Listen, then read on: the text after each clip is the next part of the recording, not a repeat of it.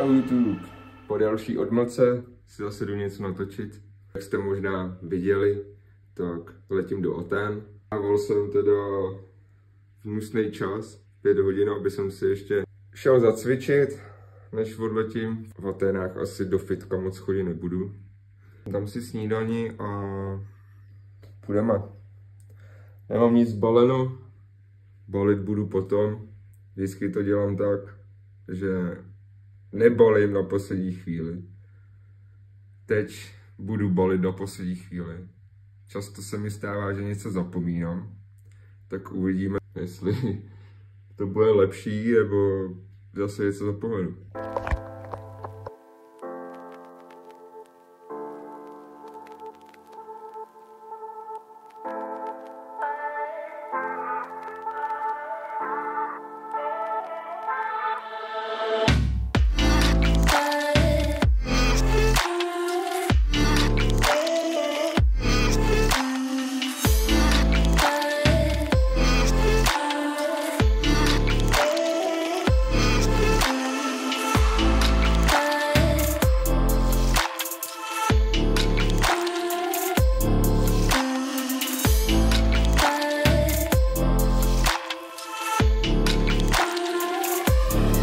Dost často, když odlítám z Česka, tak se to udělá hezky. Může mi to někdo vysvětlit?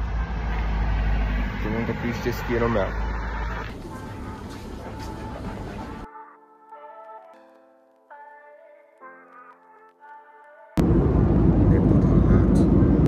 Business class.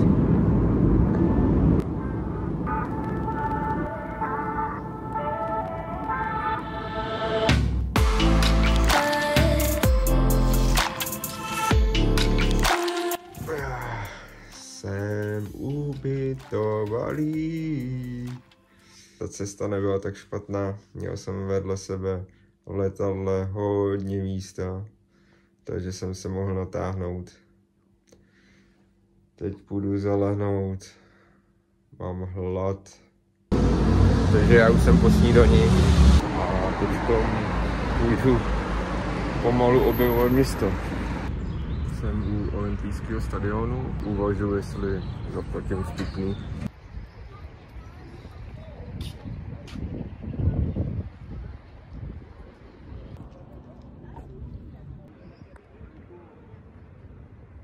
Zaběhat si na olympijském stadionu, to mám splněno, jenom medaili mi žádnou nedali. To bylo tím, že se mnou nikdo nezávodil. Jsem na místě, co kdysi bylo postavený Zeusovi nebo Diovi, nevím, jak se to skloňuje v tomhle pádě. Jeden taková pomoc, když tady budete, tak každou neděli na začátku měsíce se neplatí vstupný. Zcela jistě to dneska ještě využiju.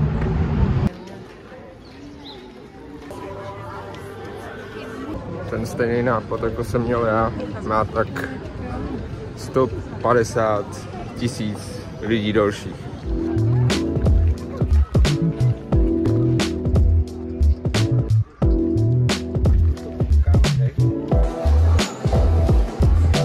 Co je docela vtipný, je, že si koukáme vlastně na kameny a ještě za to platíme peníze. Já teda dneska ne, ale to je jenom kvůli tomu, že je to neděle. Byl jsem si na hotelu jenom dobít telefon a teď jdu na jednu vyhlídku, aby jsem se podíval, jaký bude v Athénách sunset. Já to mám asi na půl hodiny cesty, takže snad to stihnu.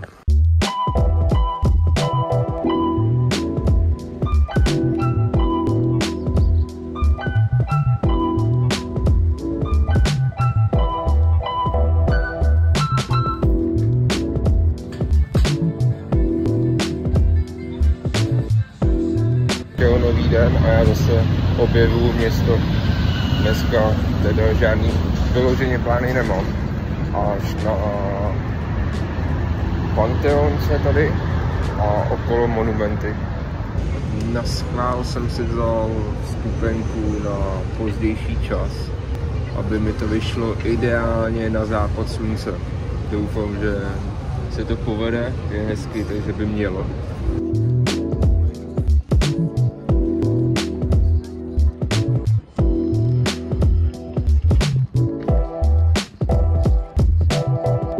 Teď jsem byl na skalce, co je pod celým tím kopcem.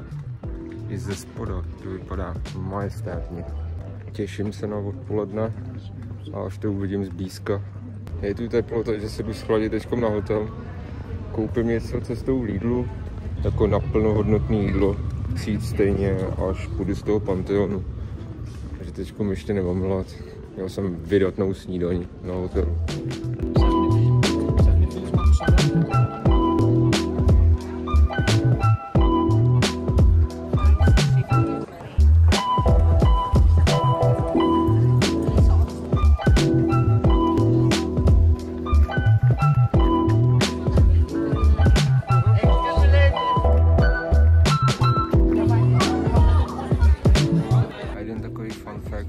Kvůli čemu Atény se jmenují Atény.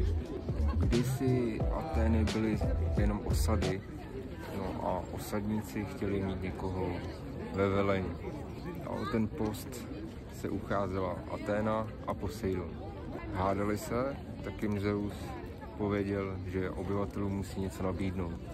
Poseidon nabízel slanou vodu a koně s tím, že budou silní ve válkách. No a Aténa ta nabídla olivovník, budou mít olej, budou mít spokojený život. No a obyvatelé těch osad zvolili Aténu a od té doby známe tyhle osady jako Atény. Chat GPT, děkuji. V tomhle vlogu jsem ještě nebyl běhat, je 6:30, tak to jdeme zlepšit.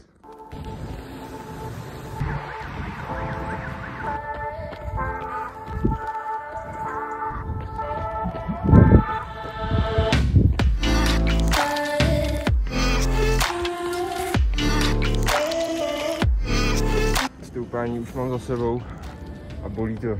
Měsíc jsem teďkom neběhal, kvůli tomu, že se mi nepovedl poslední závod a lehce se mi to znechutilo. Běhám jenom na páse ve fitku, ale venku je to něco jiného.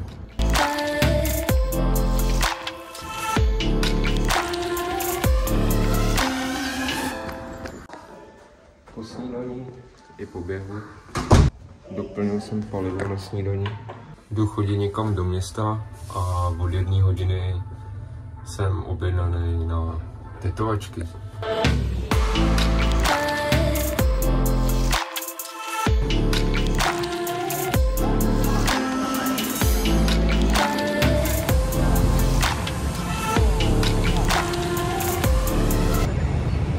Last day. Dneska už mám jenom odpočinkový den. Kam mě nohy zavedou, tam půjdu. Mimochodem jsem zjistil, asi není tajemství, že sleduju Davida Lu, použiju jeho pojem, udělal jsem takovou Davídkovinu. Když jsem doletěl do Aten, kupoval jsem si lístek letiště na hotel, jenže jsem si ho v tom autobuse neaktivoval. Takže jsem měl štěstí, že mě nechytili, aspoň mám koupený lístek zpátky na letiště a mám vyděláno.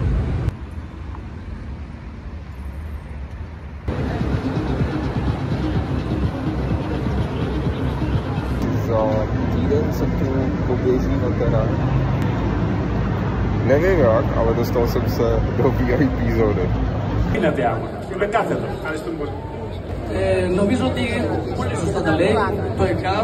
Poslední atenská káva na letišti a bohužel zpátky do Česka. Pokud chcete vidět víc podobných videí, dejte like, klikněte na ten zvoneček, nic to nestojí a mě to potěší. Díky. Čau.